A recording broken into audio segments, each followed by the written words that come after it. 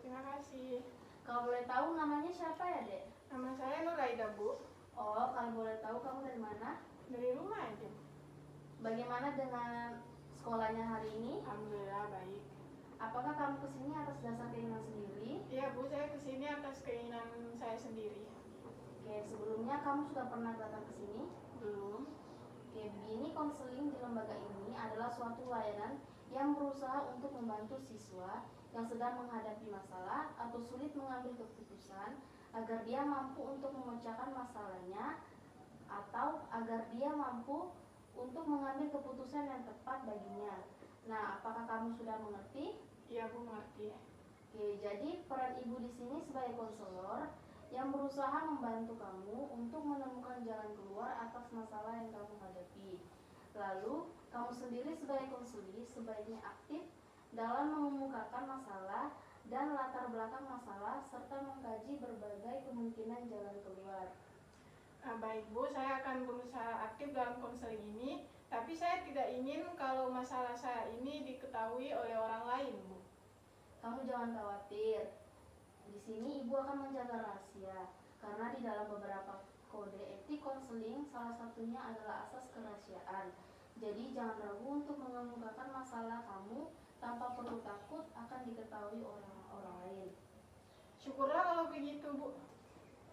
Baiklah, kamu menemui ibu ada masalah apa? Saya punya masalah yang membuat saya bingung harus bertindak apa, Bu. Lalu masalahnya apa? Nilai saya yang sangat rendah dan pergaulan saya di sekolah dan di luar sekolah juga, Bu. Terima kasih. Lalu apa harapan kamu setelah melakukan konseling ini? Nilai saya meningkat dan masalah saya dapat teratasi hingga menemukan solusi, Bu. Begini, konseling ini membutuhkan waktu 1 hari pertemuan dengan durasi 30 menit. Bagaimana? Kamu setuju? Iya, Bu. Oke. Baiklah, kita mulai konselingnya. Coba ceritakan masalah apa yang sedang kamu alami saat ini.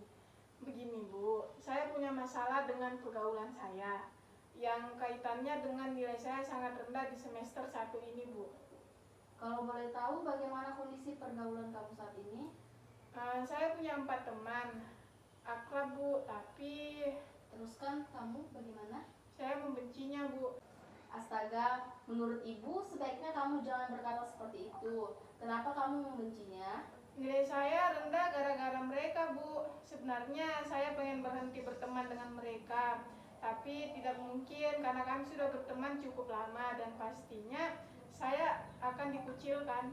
Apakah kamu sudah berusaha belajar dengan maksimal? Sudah, Bu, tapi belajar saya sering terganggu oleh mereka. Kalau boleh tahu bagaimana keseharian kalian dalam pergaulan? Kami berempat selalu kemana-mana bareng dan yang kami lakukan sangatlah tidak bermanfaat. Karena sepulang kami sekolah, kami menghabiskan waktu hingga petang hanya main kemana-mana tak jelas, shopping dan lain sebagainya. Bahkan mereka melupakan ibadah, Bu.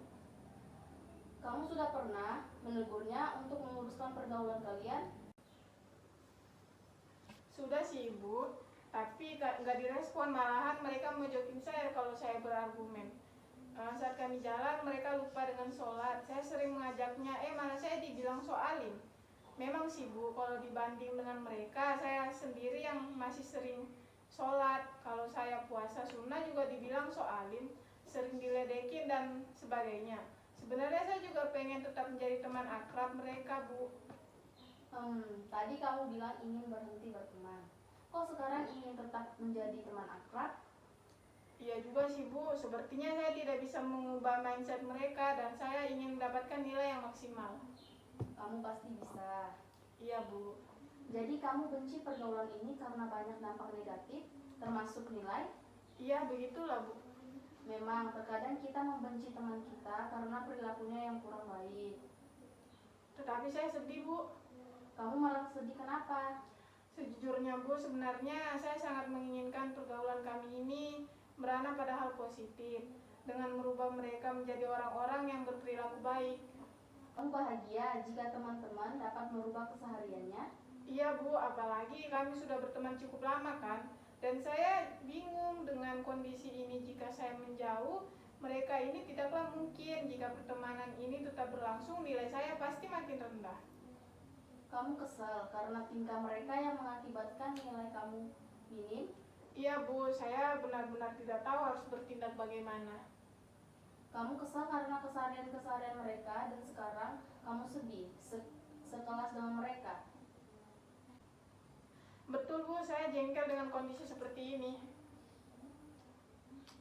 Merasa frustasi dengan keadaan ini? Iya Bu. Kamu merasa frustasi dan kecewa dengan perilaku mereka, tapi kamu tidak tahu harus berbuat apa. Kamu coba simpulkan apa masalah kamu sebenarnya. Iya Bu, saya sedih karena semua ini masalah saya Bu. Saya sangat menginginkan nilai yang maksimal. Oke, kamu sedih karena berbagai masalah yang dihadapi, hingga menghalangi pencapaian nilai yang maksimal.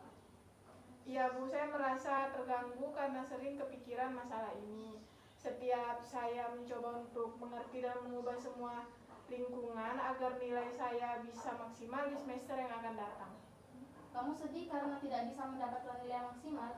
Benar Bu, beberapa waktu yang lalu saya sudah mencoba untuk menghindar dari mereka, tapi malah saya yang tidak punya teman Bu. Kamu merasa tidak nyaman dan tidak punya teman? Iya Bu, saya tidak nyaman dengan kondisi ini. Pertama, saya ingin nilai saya maksimal semester ini. Dan kedua, saya masih bisa tetap berteman dengan mereka yang tidak seperti saat ini akhlaknya. Kamu merasa kecewa jika tidak berteman dengan mereka? Iya Bu, saya merasa kecewa. Kamu merasa sedih mendapatkan nilai kecil dan jauh dari mereka? Iya Bu, saya merasa tidak nyaman karena pergaulan saya yang membuat nilai saya sangat rendah. Kamu merasa putus asa karena tidak tahu harus berbuat apa mengenai kemaksimalan nilai dan pergaulan kamu? Sebenarnya saya ingin memberitahu teman-teman saya Bu agar berubah. Tapi saya tidak maksimal, saya jarang belajar juga Bu. Tadi kamu mengatakan ingin memberitahu teman-teman kamu, tapi kok tidak maksimal dan menginginkan nilai semaksimal, tapi kamu jarang belajar. Iya Bu, saya belum melakukan sesuatu usaha yang maksimal. Andainya saya belajar maksimal dan dapat memberitahu mereka dengan maksimal.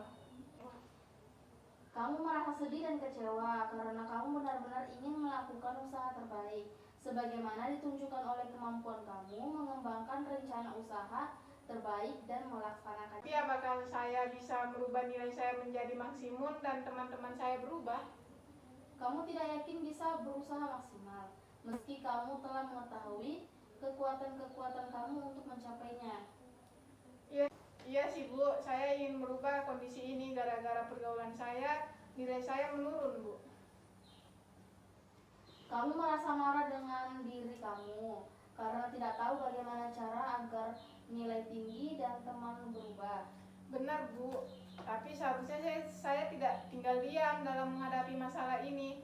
Saya harus bertindak dan melakukan suatu usaha bagaimana caranya agar nilai saya maksimal dan memberitahu mereka untuk berubah. Sip, bagus. Kamu merasa tidak sabar ya karena ingin segera melakukan suatu usaha. Bagaimana cara nilai maksimal dan memberitahu mereka agar berubah dengan cara yang maksimal? Iya Bu, saya sudah tidak sabar lagi untuk bertindak. Baiklah kalau begitu, terlebih dahulu kamu hendaknya dapat menetapkan tujuan yang ingin dicapai. Dalam merumuskan tujuan ini, kamu harus mempertimbangkan siapa saja yang harus dilibatkan dalam upaya mencapai tujuan yang telah kamu tetapkan. Apa saja yang akan dilakukan. Nah, siapa saja yang terlibat dalam permasalahan ini? Sepertinya hanya saya, belajar saya, dan rekan-rekan saya Bu. Baiklah, lalu apa yang kamu lakukan untuk menghadapi ketidakmampuan ini untuk mencapai nilai maksimal dan teman-teman bisa berubah? Saya akan berusaha dengan baik Bu. Ya, itu rencana bagus, tapi yang lebih penting adalah bagaimana cara kamu melakukannya. Nah Bu, masalahnya di samping saya agak riku dengan teman-teman. Juga saya tidak pandai menasehati dengan baik. Dan saya agak malas belajar jika dihadapkan dengan lingkungan seperti ini. Kamu kesulitan mengemukakan nasihat karena kamu agak riku. Berarti kamu harus menghilangkan rasa riku. Kedua, kamu harus bisa merespon secara kuat dan hindarkan rasa malas belajar karena Untuk menghilangkan rasa riku, insya Allah saya bisa. Bagaimana caranya bisa merespon dengan kuat dan menghindarkan rasa malas karena lingkungan? Kamu dapat merespon secara akurat jika kamu dapat memahami apa yang dikemukakan oleh orang lain, dan kamu dapat berkomunikasi pemahaman itu dengan kata atau kalimat yang lembut juga tegas. Bagaimana kamu sudah mengerti? Lalu bagaimana cara menghindarkan rasa malas belajar karena lingkungan, Bu? Sebenarnya dimanapun tempatnya ada hal yang membuat kita malas, tidak nyaman dan sebagainya. Dalam memperoleh tujuan, semua tergantung pada sikap kita. Kitalah yang menemukan semuanya, bukan lingkungan kita. Banyak orang yang gagal merubah dunia karena ia lupa terhadap dirinya sendiri. Maksudnya, jika kita menginginkan lingkungan yang nyaman, maka ciptakan dahulu pada diri kita yang akan bergerak menuntaskan peradaban dunia. Iya, Bu. Oh ya, kamu sudah paham dalam kondisi yang bagaimana nasihat dengan kalimat yang lembut juga tegas kepada temannya disampaikan agar bisa berubah? Saya akan mencoba membawanya di tempat yang se-enjoy mungkin, Bu. Oke, kamu juga harus menetapkan standarnya ya, yaitu dengan banyak merespon. Kamu kemukakan misal 3 atau 4 kali. Iya, akan saya coba untuk melakukannya, Bu. Bagus. Nah, sekarang coba rumuskan tujuan yang ingin kamu capai setelah konseling ini. Baik, Bu. Saya merasa liku dengan teman saya untuk memberikan nasihat dan tidak tegas dengan itu. Saya harus merubah mindset. Saya harus merubah mindset mereka dengan cara ketegasan tersebut di tempat yang se-enjoy mungkin. Untuk memperoleh nilai yang maksimal, seharusnya saya belajar dengan maksimal dan menerangi kemalasan bukan dengan menyalahkan keadaan, karena semua tergantung pada sikap kita. Bagus sekali, kamu telah merumuskan tujuan untuk mengatasi masalah ini. Terima kasih, Bu. Rupanya waktu kita sudah hampir habis. Iya, Bu. Untuk memanfaatkan waktu, Ibu ingin kamu mengungkapkan kembali pokok-pokok hasil pembicaraan kita. Saya harus memahami lingkungan sekitar saya dan berteman dengan kondisi apapun, agar saya mampu menyikapi dengan baik sehingga saya tidak kesulitan dalam kefokusan belajar sehingga nilai saya naik. Bagus, rupanya kamu sudah paham. Bagaimana perasaan kamu sekarang? Alhamdulillah, saya merasa lega, Bu. Baiklah kalau begitu. Ibu akan memberikan tugas pada kamu untuk melakukan setiap kali kamu bersama teman-teman agar tidak mencemooh nasihat kamu. Iya, Bu, saya akan berusaha. Ibu akan memberikan catatan ibu kepada kamu sebagai pengingat dapat dijadikan kontrol untuk mengetahui kemajuan kamu.